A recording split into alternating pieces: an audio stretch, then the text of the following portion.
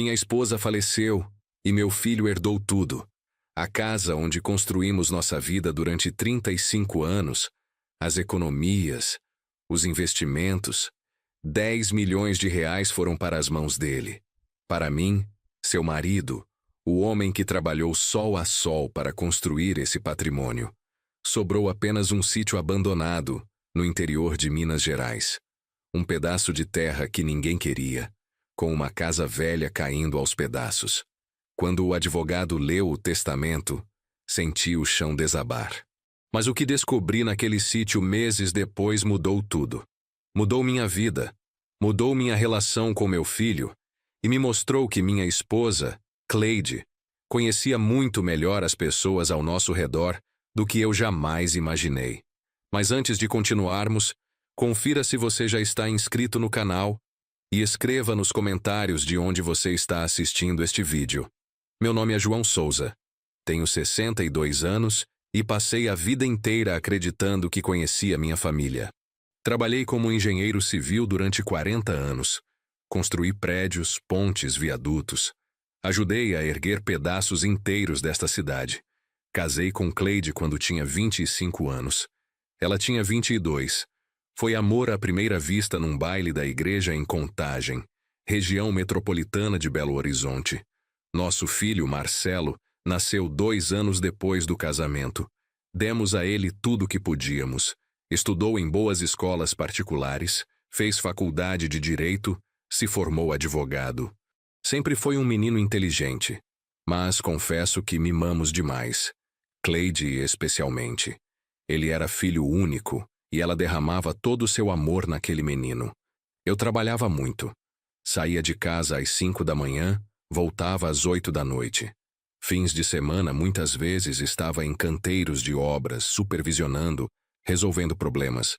Cleide cuidava da casa, do Marcelo, de tudo. Era uma mulher forte, decidida. Nunca a vi reclamar da minha ausência. Dizia que entendia que eu estava construindo nosso futuro. E construí mesmo. Juntamos dinheiro, compramos a casa própria em Contagem, um sobrado bonito com 4 quartos, quintal grande. Investimos em ações, em títulos. Quando me aposentei, aos 60 anos, tínhamos um patrimônio sólido. Mais de 10 milhões de reais entre imóveis, investimentos e poupanças. Marcelo se casou aos 30 anos com Fabiana, uma advogada que conheceu no escritório onde trabalhava. Logo nos primeiros meses percebi que ela era diferente. Fria, calculista. Mas Cleide dizia que eu estava sendo injusto, que a menina era apenas tímida. Eles não tiveram filhos. Fabiana dizia que a carreira era prioridade. Cleide descobriu o câncer de pâncreas há 3 anos. Foi rápido, agressivo, sem piedade. Em 6 meses ela estava acamada. Em 10, nos deixou. Morreu em casa como queria, com Marcelo e comigo ao lado. Foi em março do ano passado. O funeral foi grande, muita gente. Cleide era querida no bairro, na igreja, entre os vizinhos. Um mês depois da morte dela, o advogado nos chamou para a leitura do testamento. Dr. Silveira era um homem sério, de óculos grossos, que conhecia nossa família havia anos. Cleide tinha ido ao cartório fazer o testamento 6 meses antes de morrer, mas não comentou nada comigo. Achei estranho na época, mas ela disse que era apenas para organizar as coisas, que eu não precisava me preocupar. Sentei na cadeira de couro frio do escritório do Dr. Silveira com o coração apertado. Marcelo estava ao meu lado, com Fabiana grudada nele como sempre. O advogado abriu a pasta, ajeitou os óculos e começou a ler. Para meu amado esposo, João Souza. As primeiras palavras me emocionaram. Deixo o sítio em Carmésia, interior de Minas Gerais, herdado de minha mãe, junto com todo o seu conteúdo e pertenças. Que essa terra lhe traga a paz que sempre mereceu. Franzi a testa. O sítio? Aquele lugar abandonado que visitamos apenas 2 vezes em todos esses anos? Uma propriedade de 5 alqueires no meio do nada, com uma casa velha de taipa sem energia elétrica decente, sem água encanada? Comecei a suar frio.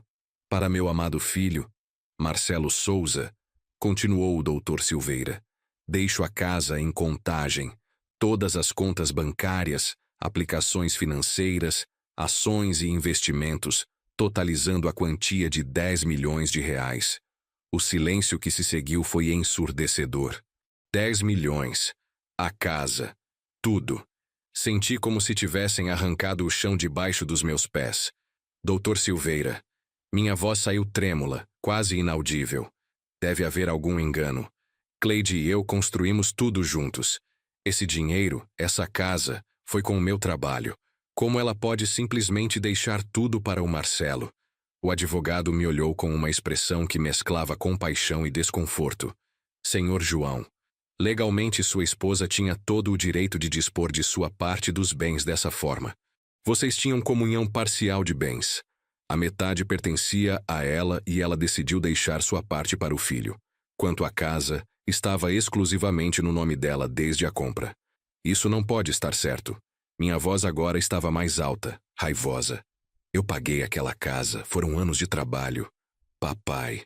Marcelo falou pela primeira vez e havia algo em seu tom que não consegui decifrar. Mamãe sabia o que estava fazendo. Ela conversou comigo sobre isso antes de morrer. Você sabia? Virei para ele, incrédulo. Você sabia que ela ia me deixar praticamente sem nada e não me contou? Não é sem nada, papai. É um sítio. Tem valor. Tem valor? Gritei, perdendo a compostura. É uma tapera no meio do mato. Nem cerca direita tem. O telhado está caindo. Doutor Silveira levantou a mão pedindo calma. Senhor João, entendo sua frustração, mas o testamento é válido. Foi feito em plena consciência, com testemunhas. Não há nada que possamos fazer legalmente para contestá-lo. A vontade da senhora Cleide está clara e inequívoca. Fabiana, que até então estava calada, se manifestou. Seu João, o senhor ainda tem o sítio. Pode vendê-lo, comprar algo menor, se organizar. Não está desamparado. A frieza na voz dela me fez estremecer. Olhei para meu filho, procurando algum sinal de desconforto, alguma indicação de que aquilo estava errado. Mas ele desviou o olhar. Saí daquele escritório atordoado. Não conseguia processar o que tinha acontecido. Cleide, minha Cleide, a mulher com quem passei 37 anos da minha vida, tinha me deixado um sítio abandonado enquanto entregava milhões para nosso filho. Por quê? O que eu tinha feito de errado? Naquela noite, sozinho na casa que agora pertencia ao meu filho, sentei na sala e chorei.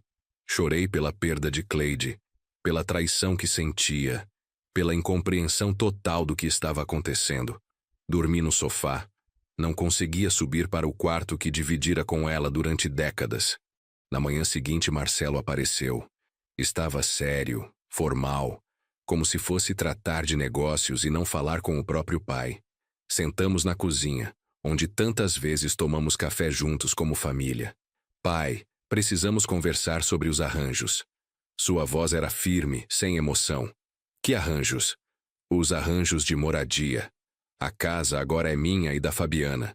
Estávamos pensando em fazer algumas reformas, modernizar. Seria melhor se o senhor já fosse se organizando para mudar para o sítio.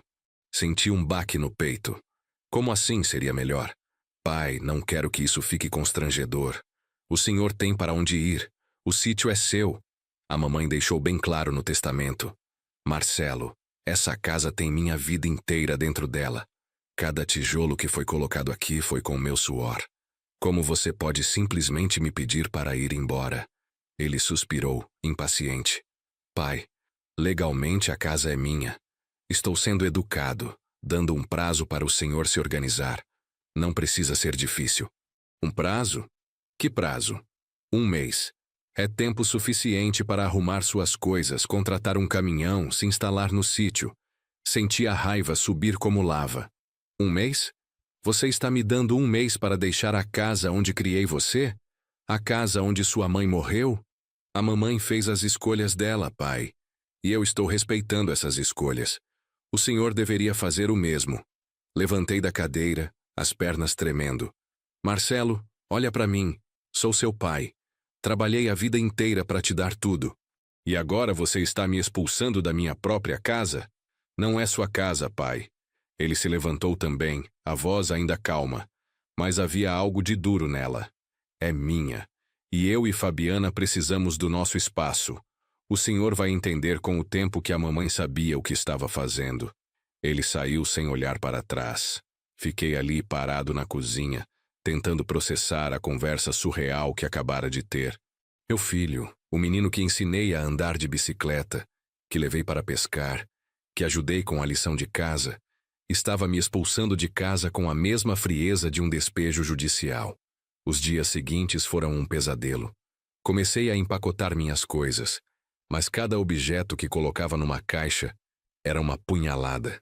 As fotografias de família, as ferramentas do Cleide para costura, os livros que compramos juntos, as lembranças de uma vida inteira sendo reduzidas a caixas de papelão. Tentei conversar com alguns parentes. Minha irmã, Lourdes, morava em São Paulo. Quando liguei para ela, percebeu que já sabia de tudo. João, ela disse, o Marcelo me ligou semana passada. Disse que você está tendo dificuldades para aceitar a vontade da Cleide, que está sendo difícil com ele. Difícil? Lourdes, ele está me expulsando de casa. Não é bem assim que ele contou. Disse que a Cleide deixou o sítio para você ter seu próprio espaço, sua independência, mas que você está sendo teimoso, querendo continuar morando com ele e a esposa. Isso é mentira. Eu nunca disse que queria morar com eles. Ele é que está me forçando a sair. Houve uma pausa do outro lado da linha. João, você está bebendo? Sua voz está estranha. Bebendo? Lourdes, estou desesperado. Meu filho está me colocando na rua. O Marcelo também disse que você tem bebido muito desde que a Cleide morreu. Disse que está preocupado com você. Que talvez seja melhor você ter um tempo sozinho no interior, para se recuperar. Fiquei gelado. Marcelo estava construindo uma narrativa. Estava contando para a família que eu era o problema, que estava instável, bebendo, se recusando a aceitar a realidade. Ele estava me pintando como o vilão da história. Lourdes, você me conhece há 62 anos. Sou seu irmão. Você realmente acredita nisso? Outra pausa. João, não sei o que acreditar. Você parece muito alterado. Talvez seja melhor mesmo você ir para o sítio, descansar um pouco, limpar a cabeça. Desliguei o telefone com as mãos tremendo. Meu primo Roberto teve a mesma reação. Meu compadre Sebastião, com quem trabalhei durante 20 anos também. Marcelo tinha ligado para todos, plantando a semente da dúvida. João está mal. João está bebendo. João não está aceitando a perda da esposa. João está sendo difícil com o filho que só quer ajudar. Na terceira semana, Fabiana apareceu. Estava sozinha, dirigindo um carro novo que não reconheci. Um SUV importado, prata, reluzente.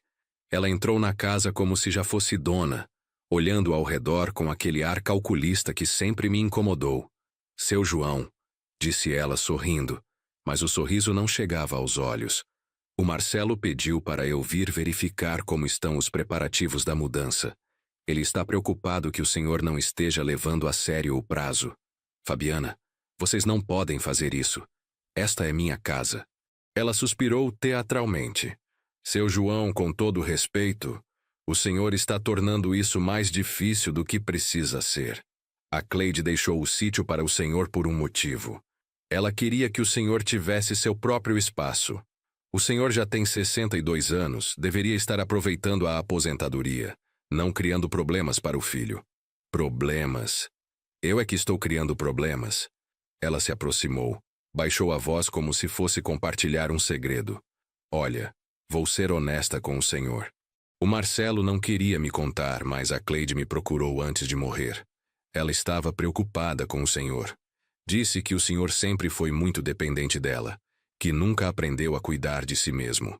Ela queria que o senhor tivesse a chance de ser independente. Senti como se tivessem me dado um tapa. Dependente? Trabalhei 40 anos para sustentar esta família. Mas quem cuidava da casa? Quem fazia comida, lavava roupa, organizava tudo? Era a Cleide. E agora ela não está mais aqui. O senhor precisa aprender a se virar sozinho. O sítio é perfeito para isso. Ela deu uma volta pela sala, tocando nos móveis, avaliando. Aliás, continuou, esses móveis, a maioria vai ficar, né? Afinal, fazem parte da casa. O senhor pode levar suas coisas pessoais, mas os móveis, as cortinas, a decoração, tudo isso fica. Nem os móveis eu podia levar, nem a mesa de jantar onde comemoramos tantos natais, nem o sofá onde Cleide costumava se sentar para tricotar. Nada. Eu ia para aquele sítio abandonado, literalmente com a roupa do corpo e pouco mais. Fabiana saiu pouco depois, deixando um cartão de uma empresa de mudanças. O Marcelo já agendou o caminhão para a semana que vem. Ela disse: facilita as coisas. Quando finalmente chegou o dia da mudança, eu tinha 5 caixas. 5 caixas que resumiam 62 anos de vida. Roupas, alguns livros, fotografias, documentos, ferramentas básicas.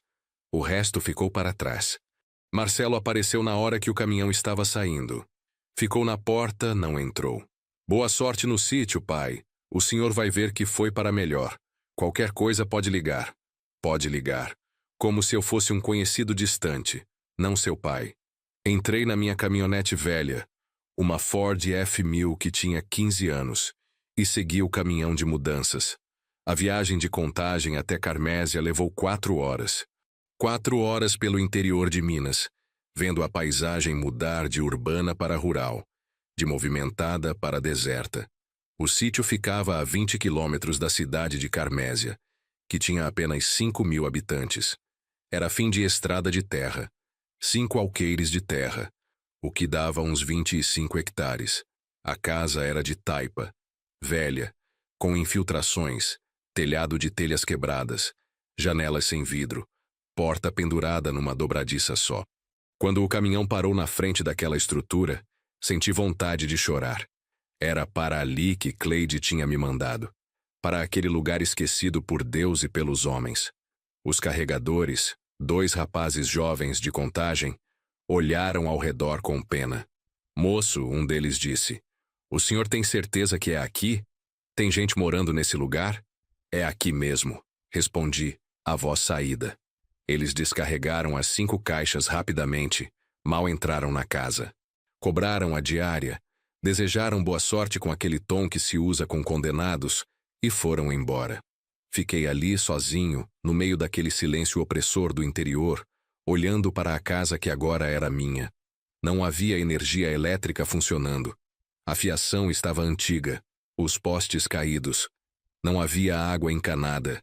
Tinha um poço a uns 50 metros da casa, mas a bomba estava quebrada. Dentro da casa, o cheiro de mofo era sufocante. Havia teias de aranha em todos os cantos, fezes de morcego no chão, ninhos de passarinhos nas vigas do teto. Sentei numa das caixas que tinha trazido e, pela primeira vez desde a morte de Cleide, chorei de verdade. Chorei pela perda dela, pela traição do meu filho, pela injustiça de tudo aquilo. Chorei até não ter mais lágrimas. A primeira noite foi terrível. Dormi no chão enrolado num cobertor velho, ouvindo os sons da mata ao redor.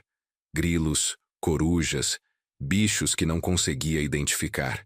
A escuridão era completa, sem luz artificial alguma. Usei a lanterna do celular até a bateria acabar. Depois fiquei no escuro mesmo. Acordei com o sol nascendo, o corpo dolorido, com fome e sede. O poço tinha água. Isso era uma boa notícia, mas estava suja, com mosquitos. Ia precisar limpar, consertar a bomba. Não tinha comida. Ia precisar ir até Carmésia buscar mantimentos. Fiz a primeira viagem à cidade naquela manhã. Carmésia era uma cidadezinha típica do interior mineiro. Uma praça central com igreja, prefeitura, alguns comércios, mercadinho, farmácia, posto de gasolina, bar. Parei no mercado e comprei o básico: arroz, feijão, óleo, sal, café, açúcar, pão. Ferramentas para consertar a casa eu já tinha algumas, mas ia precisar de muito mais. O dono do mercado, seu Geraldo, um senhor de uns 70 anos, foi simpático. Novo por aqui, moço? Estou morando no sítio da família, lá na estrada do Pinheirinho. Conhece? Ah, o sítio dos Oliveira? Fazia tempo que não via ninguém por lá. É seu agora? É. Herança da minha esposa que faleceu. Ele fez sinal da cruz. Meus pêsames, moço. Se precisar de alguma coisa, estamos aqui. A gentileza dele me pegou desprevenido. Em Contagem, nos últimos tempos, só tinha encontrado frieza. Ali, um completo estranho estava me oferecendo ajuda. Voltei para o sítio com as compras e comecei a trabalhar. Limpei a casa o máximo que pude. Varri o chão. Tirei as teias. Fechei os buracos nas paredes com barro e palha, como aprendi vendo o pessoal antigo fazer. Consertei a bomba do poço com peças que comprei num ferragem em Carmésia. Demorou 3 dias, mas consegui fazer funcionar. A água saía marrom no começo, cheia de ferrugem. Deixei correr até clarear, depois enchi uns baldes. Não era ideal, mas dava para usar. Para beber, comprava galões na cidade. A energia foi mais complicada. Precisava chamar a companhia elétrica para religar, mas isso significava pagar uma taxa de religação caríssima. Minha aposentadoria era de R$ 2.500. Mal dava para comida e necessidades básicas. Não tinha dinheiro para pagar R$ 700 de religação. Então fiz o que podia. Comprei velas, lanternas a pilha, um fogareiro a gás de 2 bocas. Ia viver como meus avós viviam, sem luxo, apenas sobrevivendo. Cada dia era uma luta. Acordava com o sol, trabalhava consertando a casa, fazendo cerca, limpando o terreno. À noite caía na cama improvisada exausto. Emagreci 10 quilos no primeiro mês. Marcelo não ligou nenhuma vez nesse período, nem para saber se eu estava vivo. Tentei ligar para ele algumas vezes, mas ele não atendia. Mandei mensagens, ficavam no visto e sem resposta. Era como se eu tivesse deixado de existir para ele. Um dia, 2 meses depois de eu me mudar para o sítio, recebi uma visita inesperada. Era seu Antônio, o vizinho mais próximo que morava a uns 3 quilômetros dali. Um senhor de uns 75 anos, baixinho, pele curtida de sol, mãos calosas de trabalhador rural. "Ô, João", ele disse tirando o chapéu de palha ao se aproximar. "Ouvi dizer que tinha gente nova no sítio dos Oliveira. Vim dar boas-vindas." "Obrigado, seu Antônio. Quer entrar? Não tenho muito para oferecer, mas tenho um café fresco." Aceitou. Sentamos na varanda que eu tinha consertado, tomando café em canecas de alumínio. Ele olhou ao redor, avaliando o trabalho que eu tinha feito. "Está dando um jeito legal aqui, rapaz. Esse sítio estava abandonado há muito tempo." "Pois é. É o que sobrou para mim." Seu Antônio me olhou com aqueles olhos penetrantes de quem já viveu muito. Conheci Dona Maria Oliveira, sua sogra. Era uma mulher especial. Faleceu faz o quê? Uns 15 anos? 17. A Cleide, minha esposa, era filha única. Herdou esse sítio, mas nunca fizemos nada com ele. Entendo. Ele tomou outro gole de café. "João, posso te perguntar uma coisa? Por que um homem da sua idade, engenheiro aposentado, pelo que me disseram, está morando sozinho num sítio abandonado no meio do mato?" A pergunta me pegou de surpresa. Ninguém tinha me perguntado isso diretamente. Todos tinham apenas aceitado a versão de Marcelo. Senti um nó na garganta. Minha esposa faleceu há alguns meses. No testamento deixou a casa da cidade e todo o dinheiro para nosso filho. Para mim, deixou apenas este sítio. Seu Antônio ficou em silêncio por um momento, processando a informação. "E seu filho?" "Meu filho me deu 1 mês para sair da casa. Disse que precisava do espaço dele." O velho suspirou, balançou a cabeça. "Família é complicada, João. Mas vou te dizer uma coisa. Sua sogra, Dona Maria, era uma mulher sábia. Se ela deixou esse sítio para sua filha e sua filha deixou para você, tem um motivo. Tem sempre um motivo. Que motivo pode ter? Olha esse lugar. Está caindo aos pedaços." Ele sorriu, um sorriso misterioso. "Você conhece a história dessa terra, João? Conhece o que tem aqui? É terra, mato, nada além disso." Seu Antônio se levantou, caminhou até a beira da varanda, olhou para o horizonte. "Essa região aqui, João, é rica. Muita gente não sabe, mas é. Tem água boa, terra boa. E tem outras coisas também." "Que outras coisas?" Ele se virou para mim, aquele sorriso ainda no rosto. "Sua sogra sabia. E imagino que sua esposa também soubesse. Dá uma olhada direito nessa terra, rapaz. Explora ela. Pode ser que você encontre surpresas. Depois que seu Antônio foi embora, fiquei pensando nas palavras dele. Surpresas? Que tipo de surpresas poderia haver num pedaço de terra abandonado? Mas a curiosidade tinha sido despertada. Nos dias seguintes, comecei a explorar a propriedade com mais atenção. Os 5 alqueires eram compostos principalmente de mata nativa, cerrado, alguns pés de fruta perdidos, goiabeira, jabuticabeira, pequizeiro. Havia um riacho que cortava a propriedade pelo meio, água limpa correndo entre pedras. Era bonito, tinha que admitir, pacífico. Numa tarde de sexta-feira, enquanto caminhava perto dos limites da propriedade, na parte mais alta do terreno, encontrei algo estranho. Uma construção pequena, meio escondida pela vegetação. Parecia uma espécie de depósito ou galpão, feito de pedra, muito velho. A porta estava trancada com um cadeado enferrujado. Não tinha chave. Voltei para a casa e peguei um pé de cabra que tinha comprado em Carmésia. Quebrar um cadeado na minha própria propriedade não era crime. Raciocinei. Precisei de força, o metal estava velho, mas resistente. Finalmente cedeu com um estalo. Abri a porta rangente. Lá dentro estava escuro, com cheiro de mofo e terra. Acendi a lanterna. O que vi me deixou confuso. Não era um depósito comum. As paredes eram de pedra lavrada, o chão também. Havia prateleiras de madeira apodrecida com caixas empoeiradas. E no fundo, uma espécie de cofre de alvenaria, selado. Entrei devagar, o coração acelerado. Não sabia o que esperava encontrar.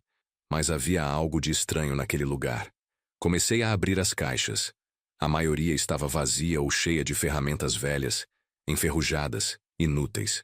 Mas numa delas, no fundo, encontrei um envelope grosso, lacrado com cera. Tirei o envelope com cuidado.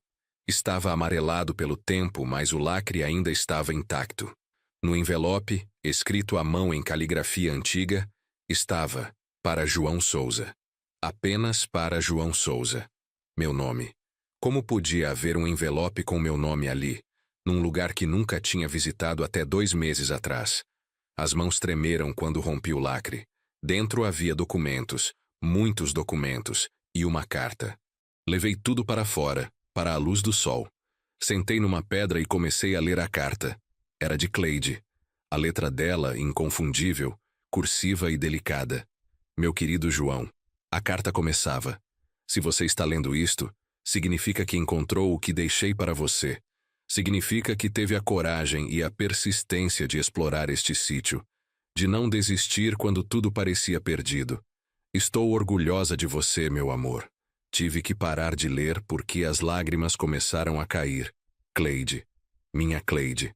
Sua voz estava ali, naquelas palavras, viva de alguma forma. Sei que o testamento deve ter sido um choque, continuava a carta.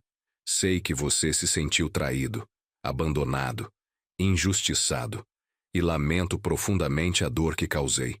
Mas precisa entender, João, eu tinha que fazer dessa forma. Tinha que testar você, tinha que testar Marcelo também. Nosso filho, João, não é o homem que você pensa que ele é. Eu vi mudanças nele nos últimos anos, mudanças que me assustaram. A ganância crescendo, a frieza, a influência de Fabiana, que sempre foi calculista e ambiciosa.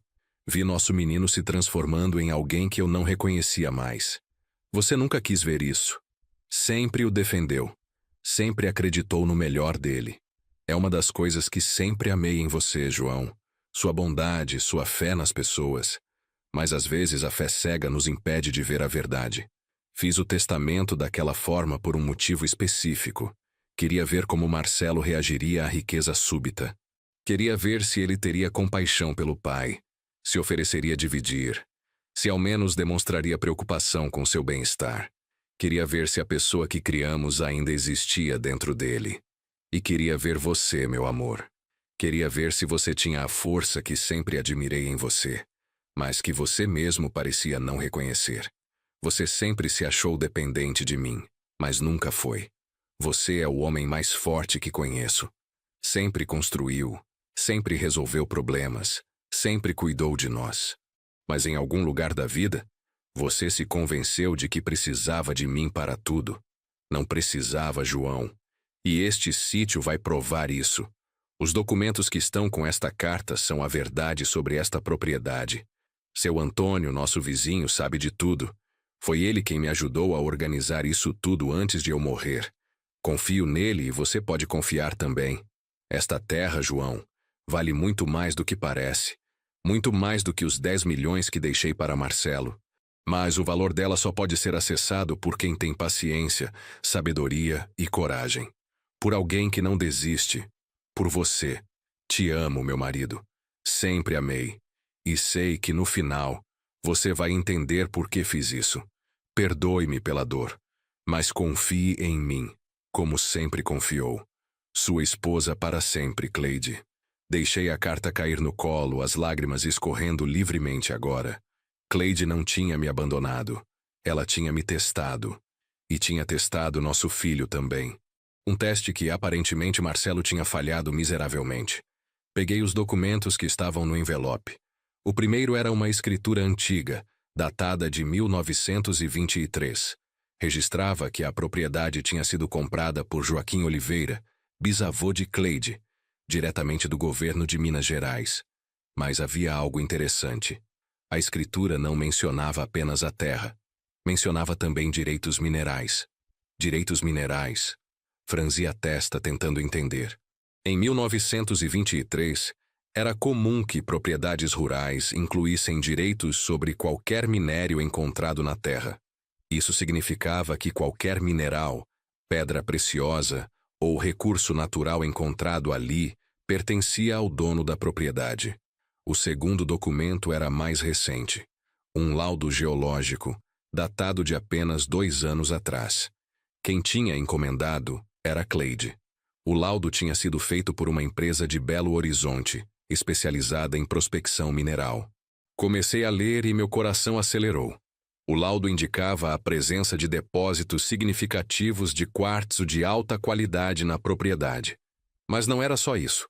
Havia também indícios de água marinha, uma pedra semipreciosa muito valorizada. E o mais impressionante, possíveis depósitos de esmeralda. Esmeralda. Em Minas Gerais, havia minas de esmeralda conhecidas, especialmente na região de Itabira e Nova Era. Mas ninguém sabia que havia depósitos também nesta região. Exceto, aparentemente, Cleide. O terceiro documento era uma proposta comercial. Uma empresa de mineração, a MG Minerais Lada, tinha feito uma oferta de compra pelos direitos de extração mineral da propriedade. A oferta era de 12 milhões de reais. 12 milhões. A proposta tinha sido feita há 1 ano e meio, mas segundo uma nota manuscrita de Cleide, ela tinha recusado. A nota dizia: não é o momento certo. João precisa descobrir isso por si mesmo. Ele precisa entender o valor do que tem, não apenas receber tudo pronto. Só assim vai recuperar sua autoestima e confiança. Fiquei sentado naquela pedra, segurando aqueles documentos, tentando processar tudo. Cleide sabia. Ela sempre soube. Aquele sítio aparentemente sem valor era, na verdade, uma mina de ouro. Literalmente. E ela tinha guardado esse segredo. Tinha estruturado tudo para que eu descobrisse sozinho, no meu tempo. O quarto documento era uma carta de recomendação do advogado Silveira, o mesmo que tinha lido o testamento. Nela, ele indicava outro advogado, Dr. Henrique Teixeira, especialista em direito mineral e contratos de mineração. Junto havia um cartão de visita. O último documento era uma cópia autenticada da escritura da propriedade, registrada em cartório, confirmando que eu era o único dono legal da terra e de todos os direitos minerais associados a ela. Não havia como contestar. Era meu. Tudo era meu. Voltei para a casa em estado de choque. Era tarde da noite quando finalmente consegui organizar os pensamentos. Cleide tinha planejado tudo meticulosamente.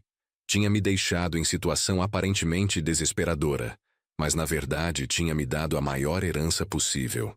E não apenas dinheiro. Tinha me dado a oportunidade de provar para mim mesmo que eu era capaz. Naquela noite, pela primeira vez em meses, dormi em paz. Não era mais o homem abandonado, traído pela esposa e expulso pelo filho. Era o dono de uma propriedade valiosa, um homem que tinha sobrevivido aos piores meses da sua vida e estava prestes a renascer. Na manhã seguinte, dirigi até a casa de seu Antônio. Ele estava no quintal cuidando das galinhas. Quando me viu chegar, sorriu daquele jeito sabido. Encontrou o que estava procurando, João? Encontrei. O senhor sabia o tempo todo, não é? Ele acenou para que eu entrasse. Sentamos na cozinha simples da casa dele, tomando café com pão de queijo que a esposa dele, Dona Lourdes, tinha acabado de fazer. Sua esposa me procurou há 3 anos, João. Estava doente já, sabia que não tinha muito tempo. Me contou tudo. Sobre o Marcelo, sobre a situação, sobre o que tinha descoberto nessa terra. Me pediu ajuda para organizar tudo. Por que não me contou quando vim pela primeira vez? Porque essa era a vontade dela. Você tinha que encontrar sozinho. Tinha que passar pelo vale escuro para valorizar a luz no fim dele. Ela me fez jurar que só ajudaria se você viesse me procurar, não o contrário. E o senhor sabia sobre os minérios? Seu Antônio assentiu. Essa região aqui tem história, João. Meu avô trabalhava na antiga mina de esmeralda de Capoeirana, nos anos 40. Ele sempre dizia que o veio não acabava onde diziam que acabava, que continuava por baixo da terra, passando por várias propriedades, a sua inclusive. Então existe mesmo esmeralda aqui? Existe. E não é pouca, não. Mas extrair é complicado. Precisa de licença, de empresa especializada, de muito investimento inicial. Sua esposa sabia disso.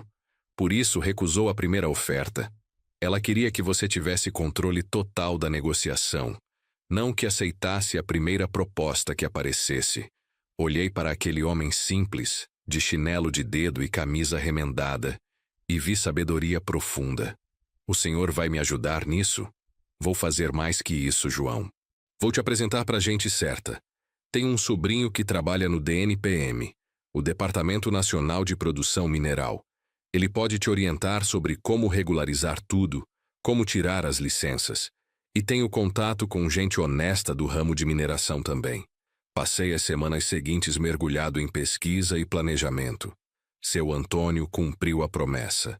Me apresentou para o sobrinho dele, Rodrigo, um geólogo que trabalhava no órgão federal responsável pela mineração. Rodrigo veio até o sítio, fez uma análise preliminar e confirmou o que estava no laudo de Cleide. João, isso aqui é uma fortuna, ele me disse, agachado junto ao riacho, examinando amostras de pedra. Se os depósitos de esmeralda forem mesmo da extensão que esse laudo indica, estamos falando de dezenas de milhões de reais em extração ao longo de 10, 15 anos. Dezenas de milhões. Minha cabeça rodava, mas Rodrigo me alertou sobre a complexidade do processo. Primeiro, eu precisava regularizar a situação da propriedade junto aos órgãos ambientais. Depois, solicitar a autorização de pesquisa mineral.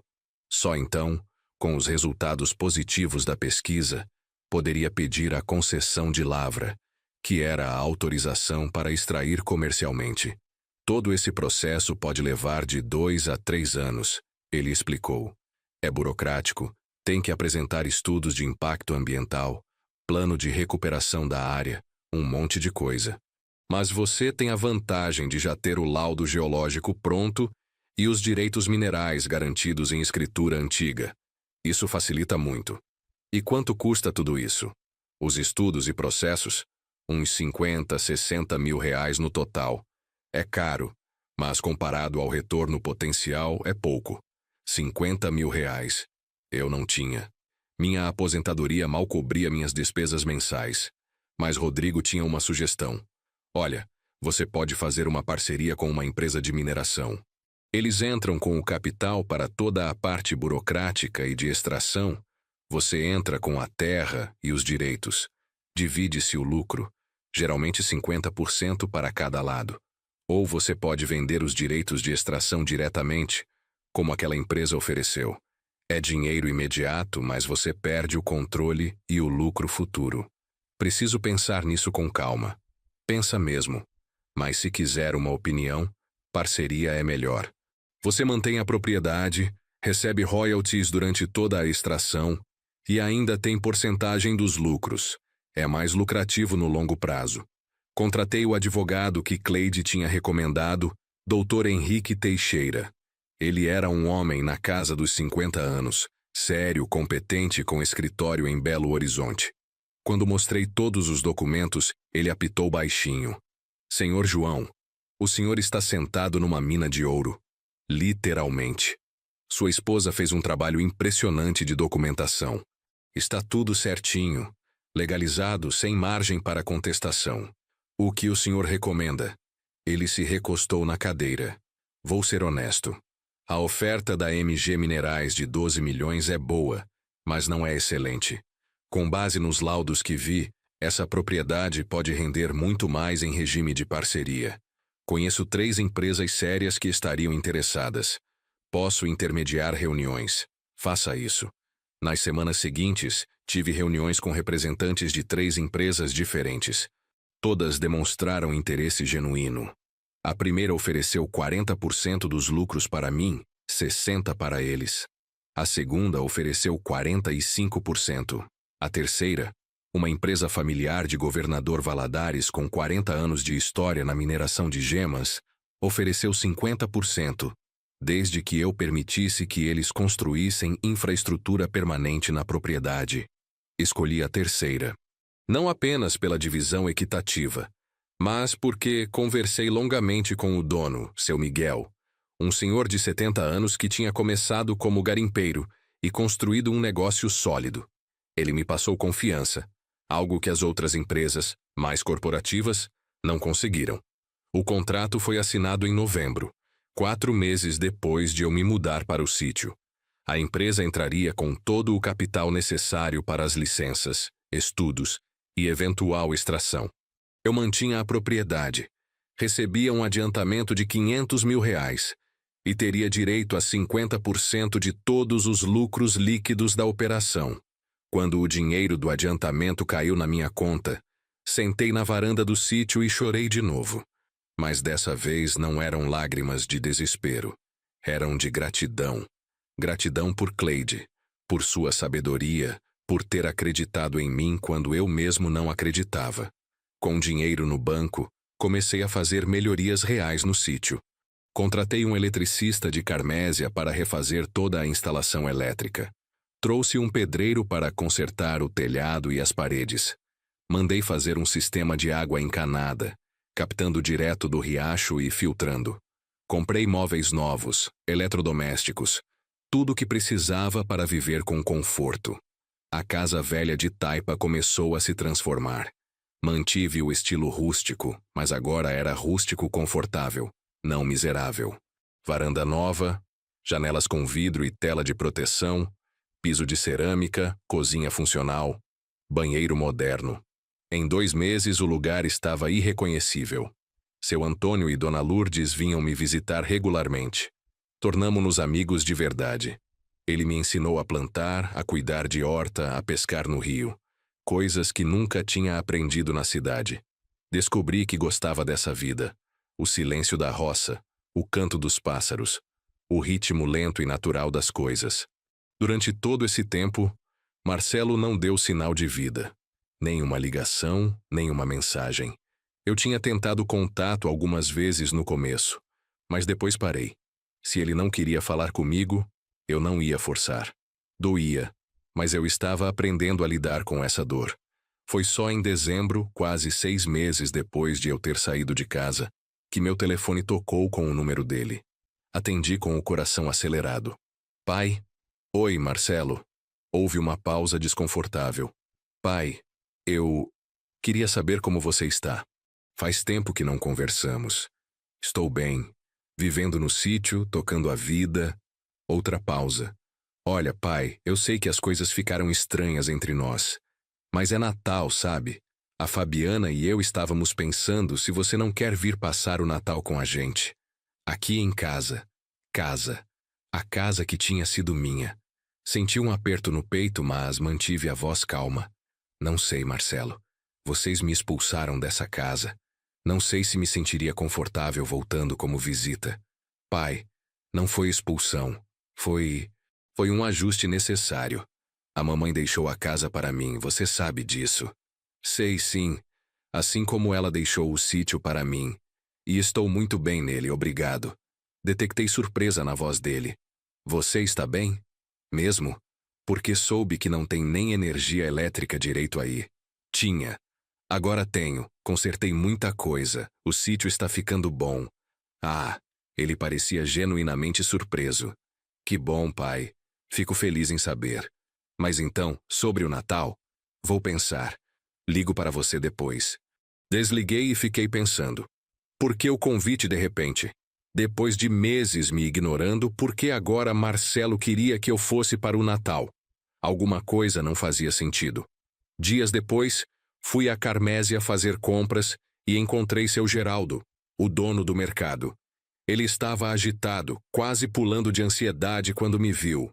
Ô, João, você viu a notícia no jornal? Que notícia? Ele pegou um exemplar do jornal regional, o Diário de Minas, e apontou para uma matéria na página econômica. Descoberta de esmeraldas pode impulsionar a economia da região.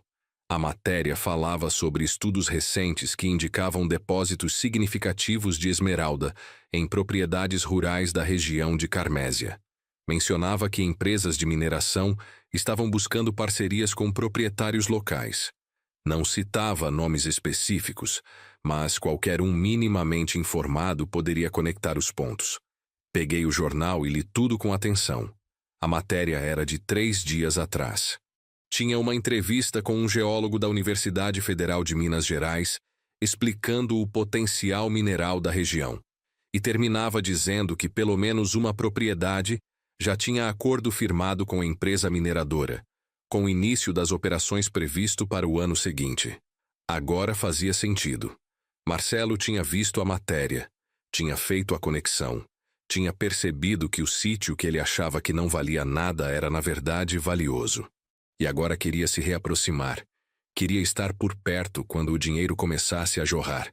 Voltei para o sítio fervendo de raiva. Não era nem pela ganância dele, mas pela hipocrisia. Depois de me tratar como lixo, de me expulsar, de espalhar mentiras sobre mim para a família, agora vinha com papo de Natal, de família, de reaproximação. Tudo porque tinha cheirado dinheiro. Decidi não responder sobre o Natal. Deixei ele esperando. 2 dias depois, ele ligou de novo. Pai, você pensou sobre o Natal? Pensei, Marcelo. E decidi que vou ficar no sítio mesmo. Estou confortável aqui. A voz dele ficou tensa. Pai, eu realmente gostaria que você viesse. Seria importante para mim, para nós. Por que, Marcelo? Por que de repente sou importante para você de novo? Silêncio do outro lado. Depois, numa voz mais baixa. Você viu a matéria do jornal, não foi? Vi. Pai, é verdade? Tem esmeralda aí no sítio? Tem. E você já firmou acordo com alguma empresa? Já. Outra pausa longa. Pai, isso é incrível. Por que você não me contou? Por que você não perguntou, Marcelo? Em 6 meses você ligou quantas vezes? Quantas vezes quis saber como eu estava? Se eu estava vivo ou morto? Pai, Você me expulsou da minha casa, Marcelo. Me tratou como um estorvo. Contou mentiras sobre mim para a família inteira. E agora, porque descobriu que eu tenho algo de valor, quer se reaproximar? Acha que sou idiota? Não é assim, pai. É exatamente assim. E sabe o que mais? Sua mãe sabia. Ela sempre soube do valor desse sítio. O testamento que você achou tão favorável para você era na verdade um teste. Um teste que você falhou miseravelmente. Escuta aqui. Sua voz ficou dura, defensiva. Não foi minha culpa a mamãe ter deixado as coisas daquele jeito. Eu apenas aceitei a herança que me foi dada. E me expulsou de casa. Isso também foi apenas aceitar sua herança? A casa era minha, pai. Legalmente minha. Eu tinha todo o direito. Tinha o direito legal, Marcelo. Mas não tinha o direito moral. Sou seu pai. Trabalhei 40 anos para construir o patrimônio da família. E você me jogou na rua como se eu fosse nada. Ouvi uma respiração pesada do outro lado. Depois, ele disse, num tom que tentava ser conciliador. Pai, eu sei que cometi erros, mas podemos consertar isso. Podemos ser família de novo. Ser família. Marcelo, família não é algo que você liga e desliga quando convém. Não é algo que você abandona quando não precisa e abraça quando há dinheiro em jogo. Eu não estou atrás do seu dinheiro. Não? Então por que 6 meses de silêncio e, de repente, 3 dias depois da matéria do jornal, você liga querendo reaproximação? Ele não tinha resposta para isso. Ou tinha, mas sabia que qualquer coisa que dissesse só confirmaria o que eu estava dizendo. Olha, pai, finalmente disse. Eu vou ser honesto. Sim, vi a matéria. Sim, fiquei surpreso com o valor do sítio. Mas isso não muda o fato de que quero te ver no Natal. Somos família, pai. É a primeira Natal sem a mamãe. Não quer passar junto com seu filho? A carta sentimental. Clássico. Marcelo, vou te dizer uma coisa. Vou passar o Natal aqui no sítio com gente que realmente se importa comigo. Seu Antônio e Dona Lourdes me convidaram. São vizinhos que conheci há poucos meses, mas me trataram com mais humanidade do que você. Meu próprio filho. Pai, você está exagerando. Estou? Me diz, Marcelo. Quando eu estava lutando para sobreviver naquele sítio sem energia, sem água, você ligou uma vez? Perguntou se eu precisava de alguma coisa? Não. Você estava ocupado gastando os milhões que a mamãe te deixou. Ouvi uma respiração funda do outro lado. Tá bom, pai. Se é assim que você quer, tudo bem. Mas uma hora você vai ter que me perdoar. Sou seu único filho. Perdoar é uma coisa, Marcelo. Esquecer é outra. E confiar de novo? Isso precisa ser merecido. Desliguei o telefone. Minha mão tremia. Não de medo ou tristeza, mas de raiva contida. Raiva de ter criado um filho capaz de tamanha ingratidão. Raiva de mim mesmo por ter sido cego durante tanto tempo. O Natal chegou. Passei com seu Antônio, Dona Lourdes e mais alguns vizinhos que tinha conhecido nos últimos meses. Foi simples, comida caseira, conversa boa, violão tocando na varanda. Não tinha a pompa dos natais anteriores, mas tinha algo que faltava neles: autenticidade. Dona Lourdes fez um peru que derretia na boca, farofa com bacon, arroz com pequi, a comida mineira tradicional. Tomamos vinho do seu Antônio que ele mesmo fazia com as uvas do quintal. À meia-noite, olhamos os fogos estourando na cidade distante, pequenos pontos de luz no céu escuro. É um Natal diferente para o senhor, né, João? Seu Antônio comentou, servindo mais vinho. Diferente, mas bom. Melhor do que eu esperava. Ele sorriu. Sabe, minha mãe costumava dizer que família não é só sangue. É quem está do seu lado quando você precisa. Pelo que você me contou, seu filho não esteve ao seu lado quando precisou. A gente está. E vocês nem me conheciam até poucos meses atrás. Não precisa conhecer alguém há décadas para reconhecer uma pessoa boa, João. A gente vê isso rápido. Aquelas palavras me aqueceram por dentro mais do que o vinho jamais conseguiria. Naquele momento, naquela varanda simples, rodeado de gente humilde e genuína, entendi o que Cleide tinha tentado me ensinar. Valor não está nas coisas, no dinheiro, nas propriedades. Está nas pessoas, nas conexões verdadeiras. Janeiro chegou trazendo movimento ao sítio. A empresa de mineração, comandada por seu Miguel, começou os procedimentos iniciais. Trouxeram equipamento, fizeram perfurações exploratórias, mapearam toda a área. A cada semana, seu Miguel me dava relatórios do progresso. As notícias eram cada vez melhores. Os depósitos de esmeralda eram ainda mais extensos do que os laudos iniciais indicavam. Havia também água marinha de excelente qualidade. A previsão era começar extração comercial em junho, depois que todas as licenças ambientais fossem aprovadas. Em fevereiro, o advogado Dr. Henrique me ligou com uma notícia. Senhor João, acabo de receber uma ligação interessante. Um advogado de Contagem quer marcar uma reunião com o senhor. Disse que representa Marcelo Souza, seu filho. Representa meu filho? Para quê? Ele não quis dar detalhes por telefone. Disse apenas que é sobre uma questão patrimonial e que gostaria de conversar pessoalmente. Deixa ele me procurar diretamente se quiser falar comigo. Como desejar. Mas na minha experiência, Quando o advogado entra em contato, é porque a coisa é séria. Pelo menos ouça o que ele tem a dizer. Não custa nada. Concordei em receber o advogado no escritório do Dr. Henrique, em Belo Horizonte. Não queria Marcelo ou qualquer representante dele pisando no meu sítio. Marquei para uma quinta-feira de manhã. O advogado era jovem, não mais que 35 anos, terno caro, pasta de couro, aquele ar de profissional corporativo. Sentou-se na frente da mesa de Dr. Henrique, que estava ao meu lado, e foi direto ao ponto. Senhor João, meu nome é Ricardo Fernandes. Represento seu filho, Marcelo Souza. Ele me pediu para vir conversar com o senhor sobre uma proposta. Que proposta? Ele abriu a pasta, tirou alguns documentos.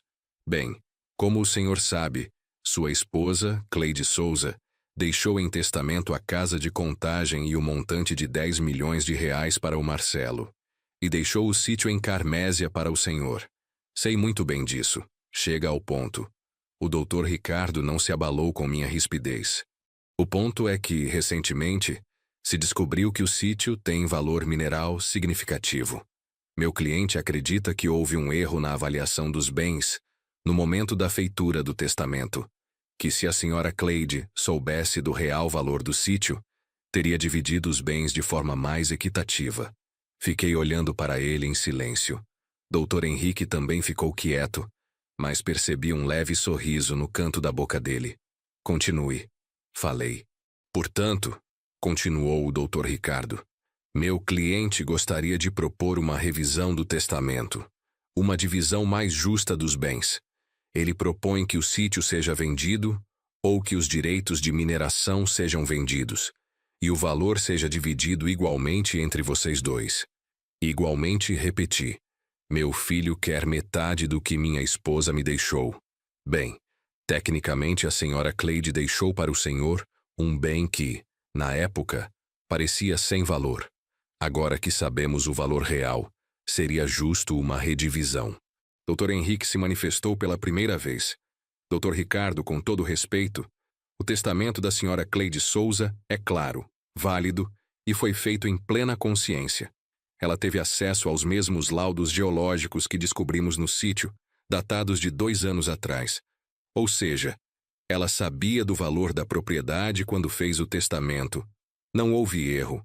O advogado de Marcelo empalideceu levemente. Ela sabia, e escolheu, conscientemente, deixar o sítio para meu cliente. Não há base legal alguma para a contestação, mas o senhor pode entender que, do ponto de vista moral, parece injusto.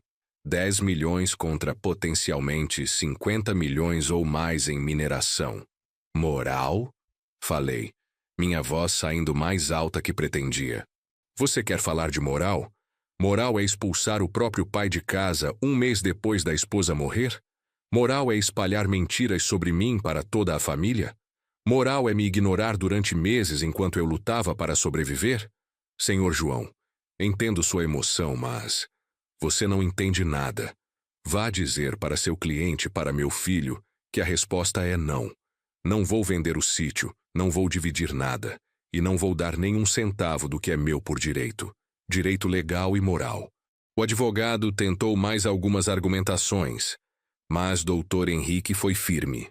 Senhor, não há base para contestação. O testamento é válido. A propriedade é do meu cliente.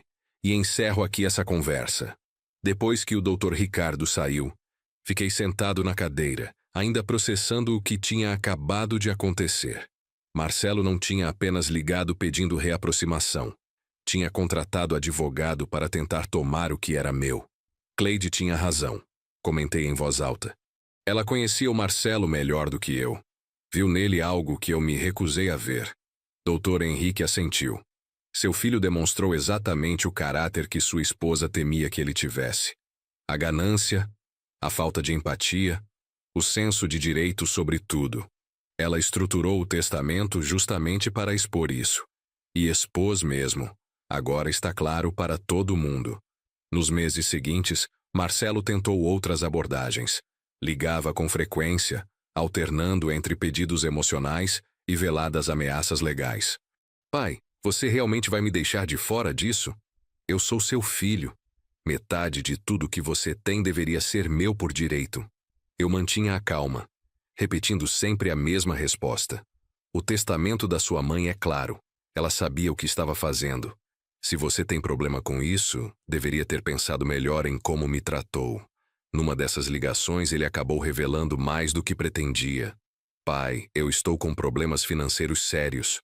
Os 10 milhões, eu investi mal. A Fabiana tinha umas ideias de negócio que não deram certo. Perdemos muito dinheiro. A casa está hipotecada. Eu preciso dessa renda da mineração, pai. Ali estava a verdade nua e crua. Não era amor filial. Não era família. Era desespero financeiro. Marcelo tinha torrado a herança milionária em menos de 2 anos e agora queria que eu salvasse a situação dele. Marcelo, respondi com calma gelada. Não é meu problema. Você fez suas escolhas. Quando me expulsou de casa, disse que era porque precisava do seu espaço. Agora precisa arcar com as consequências das suas decisões. Pai, você não entende.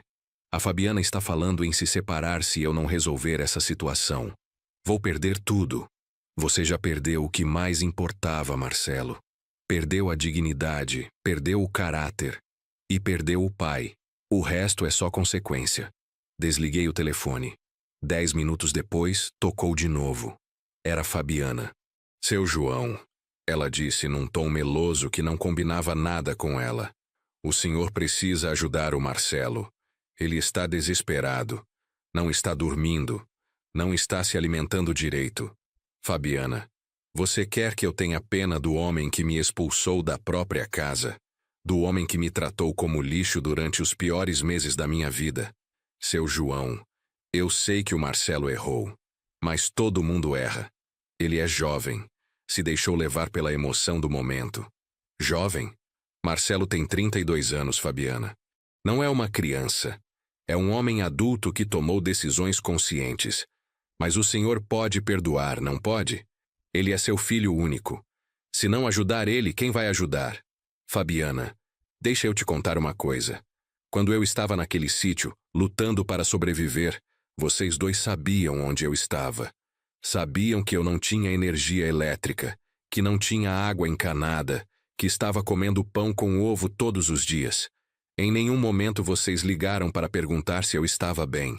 Agora querem compaixão? As coisas eram diferentes naquela época, seu João. Estávamos processando o luto da Cleide, organizando nossa nova vida. Nova vida? Você quer dizer gastando os milhões que não era de vocês enquanto eu catava lenha para fazer fogo? Houve silêncio do outro lado. Depois Fabiana tentou outro ângulo. Olha, seu João, vou ser direta. O Marcelo está pensando em contratar outro advogado. Um especialista em testamentos contestados. Ele pode tornar isso muito desgastante para todo mundo. Agora você está me ameaçando, Fabiana. Não é ameaça, é realidade. O senhor pode escolher dividir amigavelmente, ou pode enfrentar anos de briga judicial. O que é melhor? Deixa eu te explicar uma coisa, Fabiana. Minha esposa não era idiota. Ela previu exatamente essa situação. O testamento que ela fez é blindado. Ela tinha laudos geológicos de 2 anos antes de morrer. Sabia do valor do sítio e, mesmo assim, escolheu deixar para mim. Qualquer juiz que analisar os documentos vai ver que foi decisão consciente e informada. Mas o senhor pode imaginar o desgaste. Os jornais, a exposição. Que jornais, Fabiana? Bem, uma briga entre pai e filho por herança milionária. É o tipo de coisa que chama a atenção da mídia. Agora entendi o jogo dela. Chantagem emocional. Me ameaçar com exposição pública para me forçar a ceder. Mas ela não conhecia o homem que eu tinha me tornado nesses últimos meses. Faz o seguinte, Fabiana. Conta para os jornais a história inteira. Conta como vocês me expulsaram de casa. Como espalharam mentiras sobre mim. Como me abandonaram quando eu mais precisei. Tenho certeza de que a opinião pública vai ficar do meu lado. Ela desligou sem responder. Mas eu sabia que não tinham desistido. Marcelo era teimoso, sempre foi. E agora estava desesperado, o que o tornava perigoso. 2 semanas depois, sua previsão se confirmou. Recebi uma citação judicial. Marcelo tinha entrado com ação de anulação de testamento, alegando que Cleide estava sob influência de terceiros quando o fez, que não tinha plena capacidade mental devido à doença, e que eu havia manipulado a situação. Levei os documentos para Dr. Henrique. Ele leu tudo com atenção e balançou a cabeça. Senhor João, isso aqui é desespero puro. Não tem base nenhuma. Sua esposa fez exames psicológicos antes de fazer o testamento, justamente para evitar esse tipo de contestação. Está tudo documentado. Ela estava lúcida, consciente, sem influência externa. Então por que ele está fazendo isso? Porque está apostando que o senhor vai preferir fazer um acordo a enfrentar o desgaste do processo. É uma aposta arriscada, porque se perder, vai ter que pagar todas as custas processuais. Vamos até o fim, doutor. Não vou dar nenhum centavo para aquele menino mimado. O processo se arrastou por 6 meses. Foram perícias, depoimentos, análise de documentos. Cada audiência era um constrangimento. Ver meu filho mentindo descaradamente, inventando situações que nunca aconteceram, tentando me pintar como manipulador e interesseiro. O pior momento foi quando chamaram seu Antônio como testemunha. Marcelo estava tentando provar que eu tinha manipulado Cleide através de vizinhos, mas seu Antônio, com aquela dignidade simples que o caracterizava, destruiu a versão de Marcelo em 5 minutos. Meritíssimo, disse ele ao juiz. Dona Cleide me procurou por vontade própria. Estava preocupada com o filho. Dizia que ele tinha mudado, que estava gananciosos. Pediu minha ajuda para organizar uma situação que testasse o caráter dele. Eu apenas cumpri a vontade dela. E o senhor acha que ela estava em pleno gozo das faculdades mentais? Estava sim, senhor. Lúcida como qualquer pessoa que eu já vi. Sabia exatamente o que estava fazendo e por quê. Durante o processo, a mineração continuou progredindo. Em junho, começou a extração comercial. As primeiras pedras saíram do solo em julho, esmeraldas lindas, de qualidade excepcional. Seu Miguel ficou eufórico. João, isso aqui vai render muito mais do que calculamos inicialmente. A qualidade é superior. Estou estimando que só no primeiro ano vamos tirar pelo menos 2 milhões de reais líquidos para cada lado. 2 milhões. No primeiro ano. E a extração podia durar décadas. Marcelo devia estar roendo as unhas de raiva e frustração. Em agosto, o juiz deu a sentença. Improcedente. Rejeitou completamente a ação de Marcelo, afirmando que o testamento de Cleide era válido, que ela estava em plena capacidade mental e que não havia evidência alguma de manipulação. Mais do que isso, condenou Marcelo a pagar todas as custas processuais, que somavam quase 100 mil reais. Dr. Henrique me ligou eufórico. Senhor João, foi uma vitória completa. O juiz foi duro na sentença. Disse que ficou claro que seu filho tentou se aproveitar da situação de forma oportunista. Senti uma satisfação profunda, não pela vitória em si, mas pela confirmação de que Cleide tinha sido sábia. Seu teste funcionou perfeitamente. Marcelo mostrou sua verdadeira face. Naquela noite, sentado na varanda do sítio que agora estava completamente reformado e confortável, liguei para minha irmã Lourdes. Ela havia mudado completamente de atitude depois que a verdade veio à tona. João, ela disse, ainda estou envergonhada. Acreditei nas mentiras do Marcelo sobre você. Me desculpa, irmão. Não precisa pedir desculpa, Lourdes. Ele enganou muita gente. É convincente quando quer. Mas você é meu irmão. Eu deveria ter confiado em você. O importante é que agora você sabe a verdade. Outubro trouxe novidades. A história da descoberta das esmeraldas e da briga judicial chegou aos jornais locais, depois aos estaduais. Mas ao contrário do que Fabiana havia tentado usar como ameaça, a cobertura foi amplamente favorável a mim. As matérias pintavam um retrato de um pai trabalhador injustiçado pelo filho ganancioso, que havia descoberto um tesouro através da sabedoria da esposa falecida. Uma das matérias publicada no estado de Minas tinha a manchete: engenheiro aposentado encontra fortuna em sítio abandonado após ser expulso de casa pelo próprio filho. A repercussão foi imensa. Recebi ligações de jornalistas de outros estados, convites para programas de televisão. Declinei de quase tudo.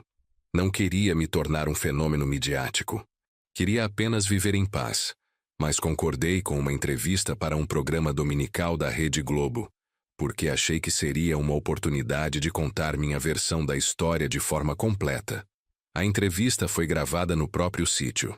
O repórter, um homem simpático chamado Carlos Eduardo, ficou impressionado com a transformação do lugar. "Senhor João", disse ele enquanto as câmeras gravavam, "o senhor transformou esse lugar completamente. É difícil acreditar que há um ano estava praticamente em ruínas. A necessidade ensina, Carlos. Quando você não tem outra escolha, descobre forças que nem sabia que tinha. E como o senhor se sente em relação ao seu filho hoje?" Parei para pensar antes de responder. Era uma pergunta complexa, carregada de emoção. "Olha, Carlos, não vou mentir. Dói. Dói muito saber que criei um filho capaz de me tratar da forma como me tratou. Mas também entendo que a Cleide, minha esposa, ela me deu a oportunidade de ver a verdade.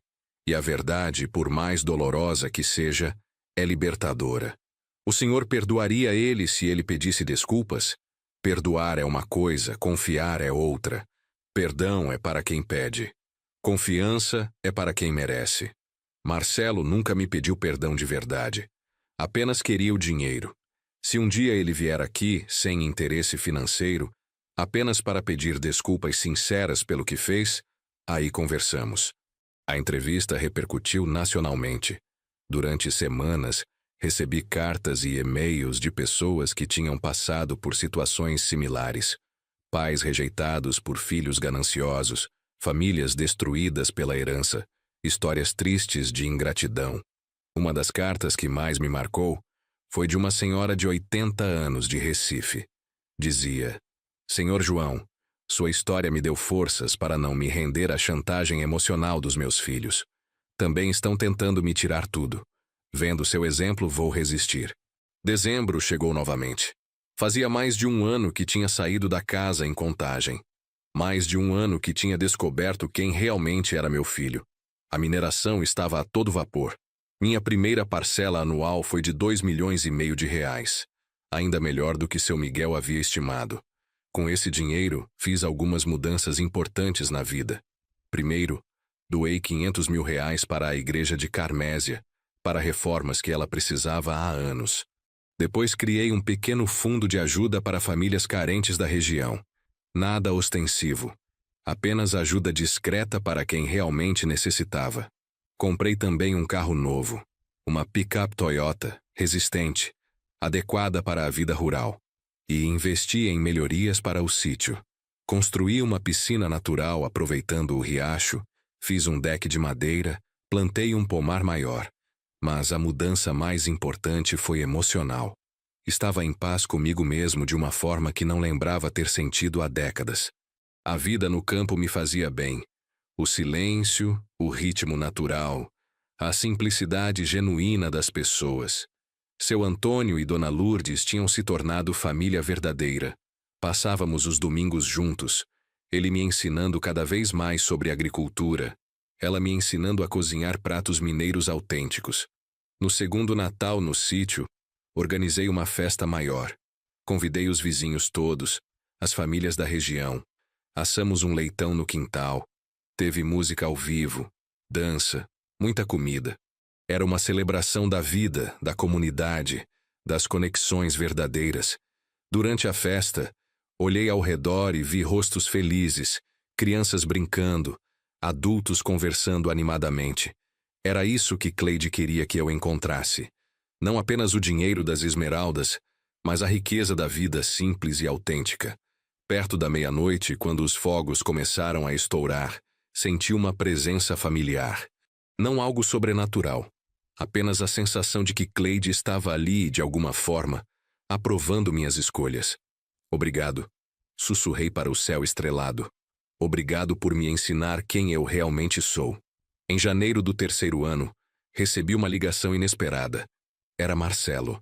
Mas dessa vez a voz estava diferente. Não havia arrogância nem raiva. Havia algo que parecia... humildade? Pai, ele disse. Sei que não tenho o direito de te ligar. Sei que fiz coisas imperdoáveis, mas eu preciso falar com você. Você tem 5 minutos, Marcelo. Pai, eu perdi tudo. A casa, o dinheiro, a Fabiana. Ela me largou quando viu que não tinha mais nada a tirar de mim. Estou morando num apartamento alugado, trabalhando como advogado autônomo, ganhando pouco. E o que você quer de mim, Marcelo?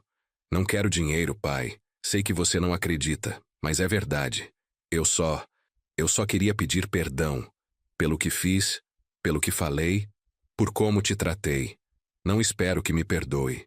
Só quero que saiba que eu sei que errei. Fiquei em silêncio por um momento. Havia algo diferente na voz dele. Uma maturidade que não existia antes. Uma dor genuína. Marcelo, o que aconteceu para você mudar de ideia? Ele suspirou. Terapia, pai. Comecei a fazer terapia depois que a Fabiana me deixou. A terapeuta me fez enxergar coisas sobre mim mesmo que eu não queria ver. Me fez entender que eu me tornei uma pessoa horrível, gananciosa, egoísta, cruel. Você realmente está fazendo terapia? Estou. Há 6 meses. E uma das coisas que ela me disse é que eu preciso assumir responsabilidade pelo que fiz. Não para conseguir algo em troca, mas porque é o certo a fazer. Marcelo, vou ser honesto com você. Não confio em você. Não depois de tudo que aconteceu. Eu entendo, pai. E não estou pedindo confiança. Estou apenas pedindo perdão. Se você conseguir me perdoar um dia, já vai ser mais do que mereço. Perdoar você perdoa, Marcelo. Guardar rancor faz mal para quem guarda, não para quem fez a maldade. Mas reconstruir uma relação, isso vai levar muito tempo se um dia acontecer. Eu entendo, pai, e aceito. Só queria que você soubesse que eu reconheço meus erros e que tenho orgulho do que você construiu aí. Vi as matérias, vi as entrevistas. Você se tornou um homem melhor depois de tudo que passou. Não me tornei melhor, Marcelo. Apenas me descobri. Sua mãe me deu a oportunidade de encontrar quem eu realmente era por baixo de décadas de vida automática. Ela sempre foi mais sábia que nós dois, não foi? Sempre. Pai, posso te fazer uma pergunta? Pode. Se um dia, daqui a muito tempo, eu conseguir provar que mudei de verdade, que me tornei um homem melhor, haveria uma chance de sermos pai e filho de novo? A pergunta me pegou de surpresa. Não pela pergunta em si, mas pelo tom dela. Havia uma vulnerabilidade genuína ali que eu não ouvia há anos. Marcelo, eu sempre vou ser seu pai. Você sempre vai ser meu filho. Isso nunca mudou, nem nos piores momentos. A questão é que tipo de relacionamento podemos ter. E isso vai depender das suas ações, não das suas palavras. Entendo, pai, e aceito. Não vou te importunar com ligações. Não vou pedir dinheiro. Não vou criar expectativas. Vou apenas tentar me tornar um homem melhor. E quem sabe um dia, você vai ver que a mudança é real. Boa sorte, Marcelo. Espero que você consiga. Obrigado, pai. E... Pai? Sim? Te amo. Sei que não tenho o direito de dizer isso depois de tudo, mas é verdade. Eu também te amo, filho. Sempre amei. Foi por isso que doeu tanto. Depois que desliguei, sentei na varanda e fiquei olhando o pôr do sol. Era possível que Marcelo estivesse sincero. Era possível que tivesse realmente mudado. Mas eram apenas possibilidades. A prova estaria nas ações futuras, não nas palavras presentes. Nos meses seguintes, ele cumpriu o que prometeu. Não ligou, não mandou mensagem, não pediu nada. Soube através de conhecidos em comum que realmente estava trabalhando duro, vivendo modestamente, aparentemente tentando reconstruir sua vida do zero. A mineração continuava prosperando. No 3º ano, minha participação foi de quase 3 milhões de reais. Eu havia me tornado oficialmente um homem rico. Mais rico do que jamais sonhei ser. Mas a riqueza material era secundária comparada à riqueza emocional que havia encontrado. Tinha uma vida com propósito, relacionamentos genuínos, paz interior. Acordava todos os dias grato por estar vivo, por ter descoberto quem realmente era. Estabeleci uma rotina que me fazia feliz. Manhãs cuidando do sítio, plantando, colhendo, trabalhando com a terra. Tardes lendo na varanda, estudando sobre mineralogia, aprendendo sobre agricultura sustentável. Noites simples, às vezes sozinho, às vezes com os vizinhos. Aos fins de semana, fazia viagens curtas. Conheci cidades históricas de Minas que nunca havia visitado. Ouro Preto, Diamantina, Tiradentes. Lugares com história, cultura, beleza natural. Estava redescobrindo o meu próprio estado. Em uma dessas viagens, a Diamantina, conheci uma mulher. Rosa, viúva de 60 anos, professora aposentada, dona de uma pousada charmosa no centro histórico. Conversamos durante horas sobre livros, sobre história, sobre a vida.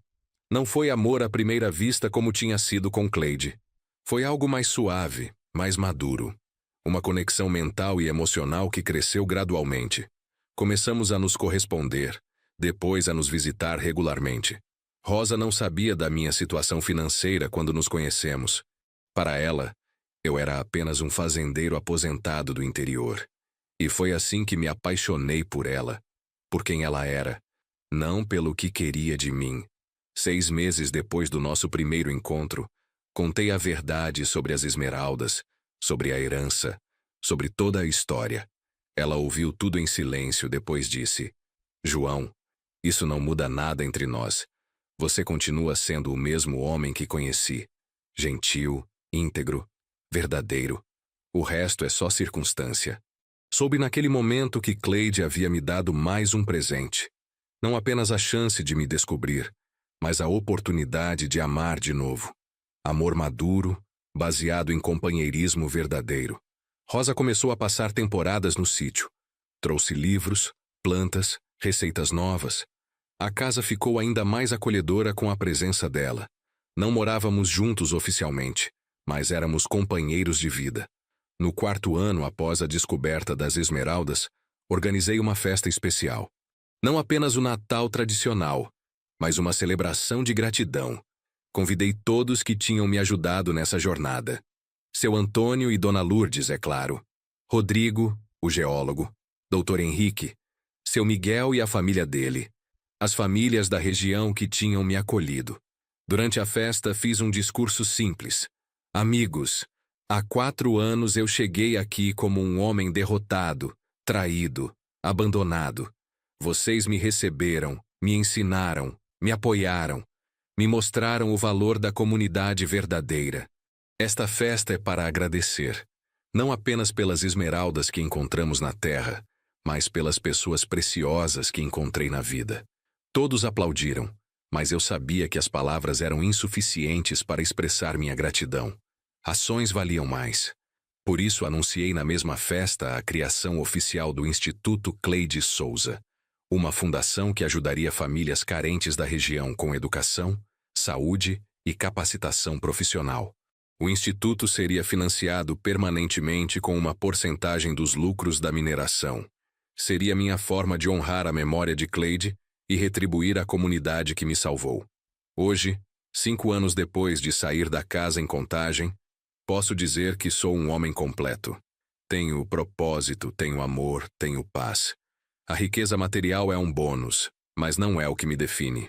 Marcelo continuou cumprindo a palavra. Não entrou em contato diretamente, mas soube que realmente mudou. Está casado novamente com uma professora, tem um filho pequeno, trabalha duro, vive modestamente, aparentemente aprendeu o valor das coisas verdadeiras. Talvez um dia possamos reconstruir nossa relação. Não será como antes. Isso é impossível. Mas talvez possa ser algo novo, baseado em quem nos tornamos, não em quem éramos. A cada manhã, quando acordo e vejo o sol nascendo sobre as montanhas de Minas, lembro das palavras de Cleide na carta. Você é o homem mais forte que conheço. Ela tinha razão. Eu apenas precisava descobrir essa força. Cleide me deu o maior presente que uma esposa pode dar ao marido, a oportunidade de me descobrir completamente. E por isso, serei eternamente grato. Esta é minha história. A história de um homem que perdeu tudo para descobrir quem realmente era. A história de uma esposa sábia que amou o suficiente para testar. A história de uma herança que valeu muito mais que dinheiro. E se você chegou até aqui, espero que tenha encontrado algo de valor nesta narrativa. Porque no final, todos temos nossas próprias esmeraldas escondidas. Às vezes só precisamos ter coragem de procurar.